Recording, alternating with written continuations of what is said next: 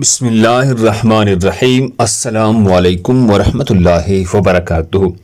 ناظرین گرامی، آج میں آپ دوستوں کو بہترین وظیفہ سناؤں گا جس کو بول جانے کی شکایت ہو، یعنی جس سے ہر بات منٹ بعد 5 منٹ بعد جو بات سنے فوراً اس سے بول جاتے ہیں، یعنی بول جانے کی جس شخص کو شکایت ہو، جس کو بول جانے کی شکایت ہو، اسے چاہیے کہ وہ نماز فجر یعنی صبح نماز کی ادائیگی کے بعد 99 مرتبہ درود شریف اللہم صلی علی محمد درود شریف پڑھ کر اپنے سینے پر پونک مارے۔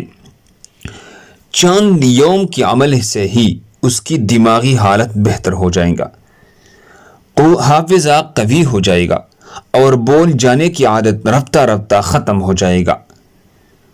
نوٹ کے طور پر یہ بات یاد رکھیں، کوئی سا بھی درود شریف پڑھا جا سکتا ہے، لیکن درود ابراہیمی اللہم صلی علی محمد جو ہم ہر نماز میں پڑھتے ہیں وہ زیادہ بہتر ہے۔ جزاک اللہ۔